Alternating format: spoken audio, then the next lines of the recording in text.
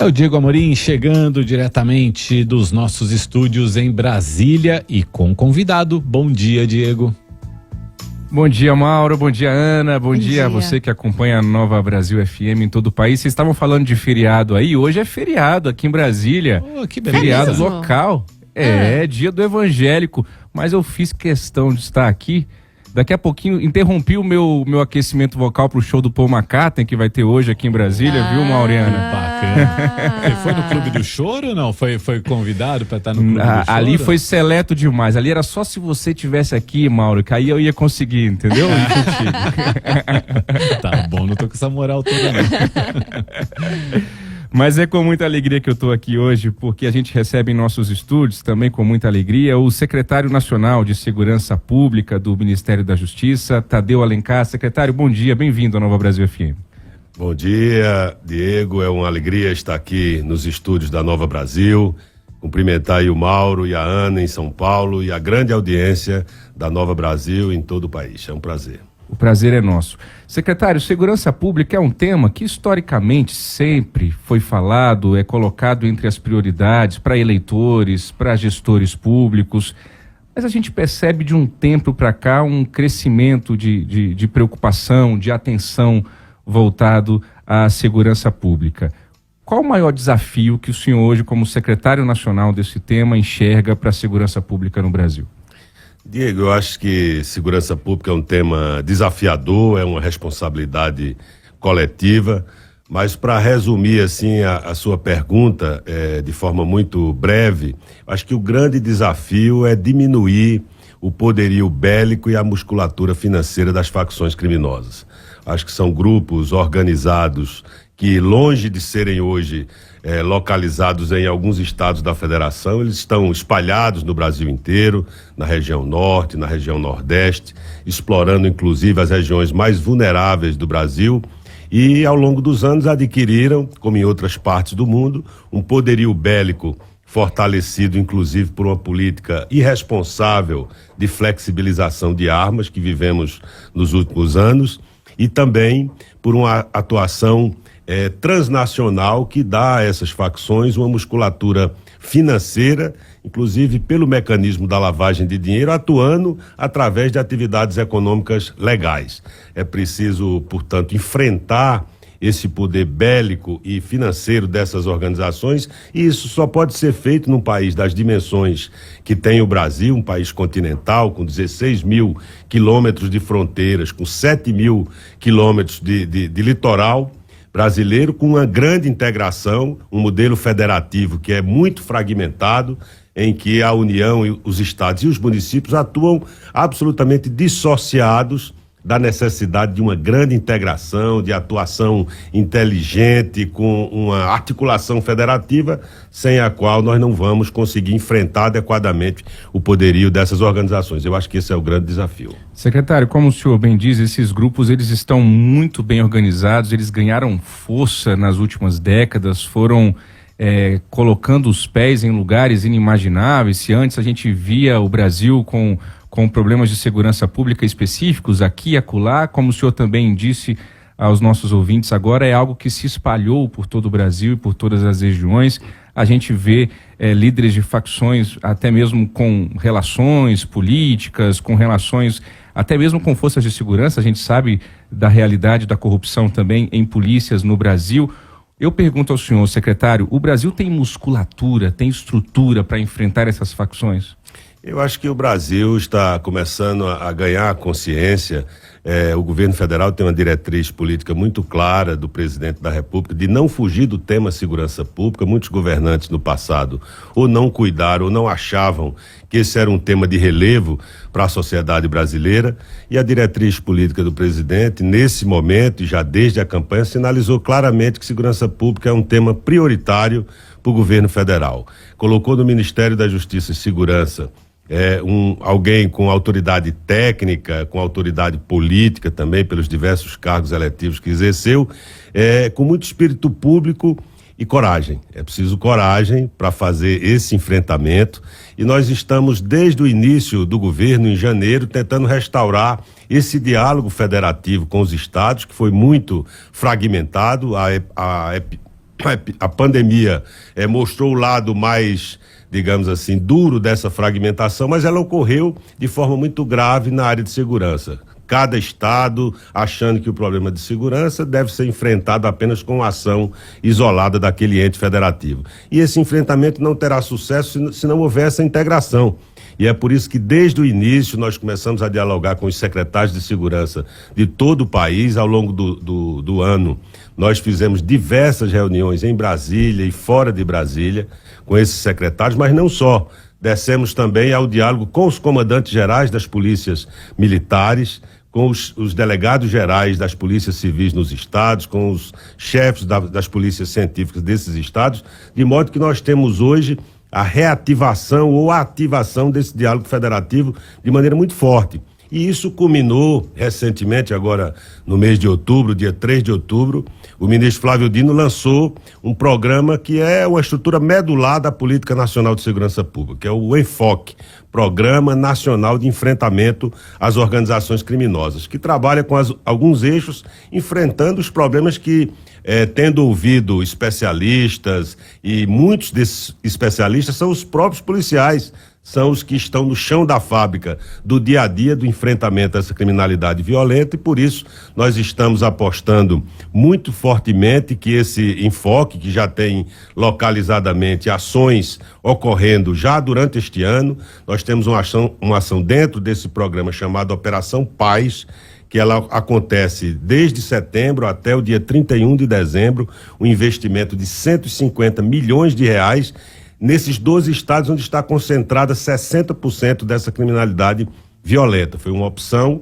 boa parte desses estados está no Nordeste, mas o Rio de Janeiro, naturalmente, como um dos estados símbolo desse grande desafio, além de várias outras coisas. Por exemplo, a atuação hoje ocorrendo na GLO, nos portos e aeroportos de Rio e São Paulo, ele também é um ponto-chave desse programa, porque quando você apreende drogas no ambiente dos aeroportos, que tem um grau de controle bastante elevado, nós estamos falando aí de quilos de droga, quando a gente faz apreensões nos aeroportos. Quando é nos ambientes portuários do país, é uma porta larga de saída, porque o Brasil é um país de passagem para a criminalidade que advém da produção de droga que faz fronteira com o Brasil. Sim. Não é uma responsabilidade só de quem produz, nem de quem consome, nem de quem permite, como hoje no Brasil é um país de passagem, mas no ambiente dos aeroportos, quando se faz apreensões, são toneladas de droga, o que mostra que é preciso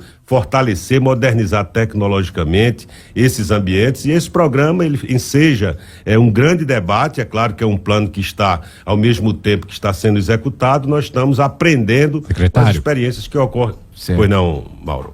E desculpa interrompê-lo, mas só em cima disso que o senhor está falando, e desejo um bom dia, né? A gente ainda não tinha se falado. Quem faz o controle das fronteiras nos portos, aeroportos e outras fronteiras, né? Outros canais de fronteiras do Brasil, por exemplo, terrestres, é a Polícia Federal. A Polícia Federal hoje tem um orçamento que equivale a apenas 0,2% dos gastos públicos. A Polícia Federal tem apenas 15 mil, de 13 mil a 15 mil agentes para controlar um país desse tamanho, entre outras atribuições, né? Porque nem todas essas pessoas estão diretamente na atuação em campo. Temos aí peritos, os papiloscopistas, enfim, os escrivães, não são todos eles que estão em campo desses 15 mil. O combate ao crime no Brasil, no que tange ao governo federal, não passaria por uma ampliação e um fortalecimento da Polícia Federal? Olha, Mauro, é claro que se a gente fosse pensar nas soluções ideais, e certamente a ampliação do quadro da Polícia Federal faria parte dessas soluções ideais, e acho que nós devemos sempre ter essa perspectiva, em um percurso que tem que ser colocado em perspectiva, porque isso, se você for colocar a necessidade de duplicar hoje, por exemplo, o quadro da Polícia Federal, nós vamos ter aí uma repercussão econômica. Primeiro, a demora de um concurso público, que leva pelo menos 2 anos para você fazer um concurso, mesmo que não seja para dobrar esse efetivo, mas certamente o custo disso, quando se coloca um agente público no serviço público de maneira efetiva, ele vai ter 30 anos de serviço e mais os custos previdenciários de pensionistas e tal. Então, o custo de uma solução ideal como essa é incompatível com a fragilidade da situação fiscal do Brasil, que não comporta uma solução nesse nível no curto prazo. Então nós temos que trabalhar de maneira estrutural e pensar soluções que tenham aplicabilidade imediata. Nós não podemos só pensar soluções ideais sem responder uma inquietação da sociedade que vê o avanço dessa criminalidade nas nossas fronteiras e nas cidades, nas regiões metropolitanas, sem que o Estado tenha uma solução de curto prazo, contingente e circunstancial. Por isso, esse programa, além de trabalhar com o aumento da eficiência dos órgãos policiais, e é claro que esse aumento da eficiência passa por aumento e estruturação, não só da Polícia Federal. A Polícia Federal, ainda que tivesse um contingente dobrado, ela não seria suficiente para esse enfrentamento, porque esse país, nós temos problemas nas fronteiras, nos portos e aeroportos, nas divisas, mas é preciso ter uma ação articulada. Nós temos operações, por exemplo, em sintonia, em parceria com os estados, como a Operação Horus, que ocorre nas zonas de fronteiras, e cada uma dessas instituições tem um papel. A Polícia Federal tem o seu papel, e esse papel só pode ser dentro daquilo que a lei brasileira atribui a cada uma delas. Tem um papel das Forças Armadas, que na zona de fronteira, independente de GLO, já tem atuação constitucionalmente prevista, e tem um papel das polícias dos estados, que é quem tem também efetivos maiores, e na minha percepção e também no sentimento que há no Ministério da Justiça e Segurança, é de que é a ação articulada dessas diversas instituições que poderá ter força no curto, no médio e no longo prazo, pensando sempre nessas medidas estruturais para fazer o adequado enfrentamento dessa criminalidade que ao longo do tempo se sofisticou, se modernizou, inclusive tecnologicamente, e por isso o desafio é exatamente fazer isso tanto no curto prazo como nas medidas estruturantes, onde certamente caberia um aumento do efetivo da Polícia Federal. E quais são as medidas, secretário, que o governo federal está tomando para se sofisticar também no combate à criminalidade? Eu cito, por exemplo, o senhor falou mesmo desse diálogo que está havendo com todos os estados, com as polícias, para haver uma maior integração. Como é que, por exemplo, o governo está se sofisticando no trânsito de dados, para que as informações possam transitar com mais eficiência e mais rapidez entre todos os entes que cuidam de segurança pública no país? Nesse programa que eu falei, Mauro, o Enfoque, Programa Nacional de Enfrentamento às Organizações Criminosas, nós temos 4 eixos. Um dos eixos é esse de aumento da eficiência da atuação dos órgãos policiais, e ele passa por diversos desafios. Um deles, já falei, a integração. Outro essa integração tem que se dar mediante bases de dados que já existem, são informações preciosas, mas que não são compartilhadas. Às vezes, dentro do mesmo estado, a Polícia Militar tem uma informação que não compartilha com a Polícia Civil, e quando há entre níveis federativos distintos, aí é que essa desintegração informacional é grave. Então, nós estamos fazendo investimentos, o programa prevê isso, na modernização tecnológica, na produção de centros nacionais que trabalharão tanto com a questão operacional como na questão da inteligência, que é fundamental. É claro que isso reclama investimentos robustos na área tecnológica, e por isso é algo que está dentro de um dos eixos desse programa, e que ao longo dos anos não são investimentos que ocorrerão apenas nesse momento, mas ao longo dos anos, inclusive aumentando a eficiência e a execução do gasto do Fundo Nacional de Segurança Pública, que não é um orçamento ideal, mas ele tem hoje, a partir da criação do SUSP e das receitas de loterias que passaram a alimentar esse fundo a partir de 2018, se a gente gastar com rapidez esse fundo e naquilo que é necessário, como no fortalecimento da atividade da Polícia Judiciária, portanto, Polícia Civis dos Estados, nas perícias forenses e também na Polícia Federal, nós teremos certamente resultados positivos nesse campo. 7h19, nós estamos ao vivo com Tadeu Alencar aqui no jornalismo da Nova Brasil FM, ele que é secretário nacional de Segurança Pública. Secretário, estamos caminhando para o fim da nossa conversa, mas em tempo ainda de lhe perguntar o seguinte: recentemente o secretário executivo Ricardo Capelli esteve aqui conosco e falou da intenção do governo em ver logo as câmeras em uniformes de policiais em todo o Brasil. Pergunto ao senhor se há ainda alguma resistência nos estados quanto à implementação dessa medida e se nós temos um prazo atualizado para que isso ocorra. Eu penso que o uso das câmeras é um avanço importante que tem dupla finalidade. De um lado, defender a boa atuação policial. Há muita gente que tem preconceito com as polícias e nós achamos que não se pode fazer segurança pública sem um diálogo forte com as polícias do Brasil. Nós confiamos nas polícias do Brasil e, ao mesmo tempo, nós temos também que ter mecanismos de controle da ação de quem detém a hegemonia do uso da força no Brasil. O Estado expressa essa prerrogativa de uso da força através de suas polícias. Portanto, é uma atividade que, detendo esse poder, ele tem que ser controlado. As câmaras atuam exatamente nessa perspectiva dupla, de defender a boa ação policial quando questionada e também de exercer um controle. Nós temos, por exemplo, na Polícia de São Paulo, esse mecanismo foi responsável por uma redução drástica da letalidade policial. Nós estamos fazendo um diálogo muito forte com os estados, publicamos recentemente uma diretriz técnica de como deve ser a tecnologia, porque não é uma aquisição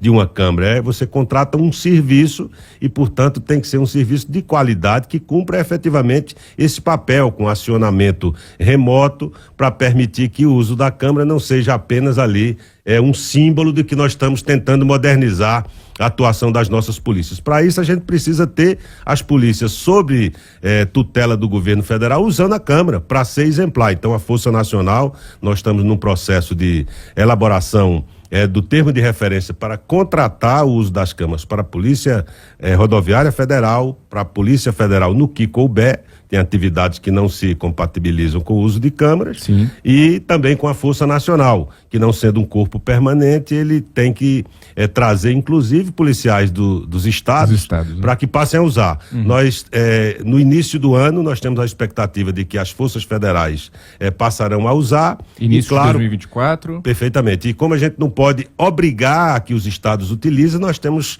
feito um diálogo. Acho que ainda há um certo temor com relação ao uso dessa Câmara, mas uma coisa muito menor do que foi no início do ano. Acho que esse diálogo que estamos fazendo está servindo, inclusive, de convencimento da importância desse mecanismo de fortalecimento, inclusive, da boa ação policial. Bem rapidinho, secretário, a gente precisa finalizar. Com a ida de Flávio Dino para o Supremo Tribunal Federal, muda alguma coisa na segurança pública, na secretaria do senhor? E se o senhor defende que, de fato, o nome do substituto ou da substituta de Flávio Dino deva ser anunciado quanto antes? Eu acho que, como uma decisão da alçada do presidente da República, nós devemos esperar que Sua Excelência defina qual será o caminho do Ministério da Justiça na ausência do ministro Flávio Dino. Nós esperamos que na sabatina do dia 13 ele seja aprovado na comissão e no plenário do Senado e que ganha a Justiça, a magistratura brasileira, um quadro político de elevado quilate. A substituição, no tempo, fará o presidente no tempo que achar adequado e conveniente. O importante é que essa diretriz permaneça. E não é uma questão de nomes. Eu acho que a diretriz foi dada lá atrás pelo presidente, foi seguida à risca pelo ministro Flávio Dino e sua equipe, e nós continuaremos perseverando nos objetivos de ter uma política nacional de segurança pública. Estamos muito animados com os resultados que vamos colher esse ano. Tadeu Alencar, secretário nacional de Segurança Pública do Ministério da Justiça e da Segurança Pública. Secretário, muito obrigado pela gentileza de ter vindo aos estúdios da Nova Brasil aqui em Brasília. Foi uma alegria vir aqui participar do programa da Nova Brasil, Diego, reencontrá-lo, e quero cumprimentar aqui o Mauro e a Ana que estão em São Paulo e todos os ouvintes da grande audiência da Nova Brasil. Secretário, muito obrigado. Nós também agradecemos. Diego, obrigado por hoje. Boa quinta para você. Bom feriado em Brasília para ambos. Obrigado. Até amanhã, Mauro.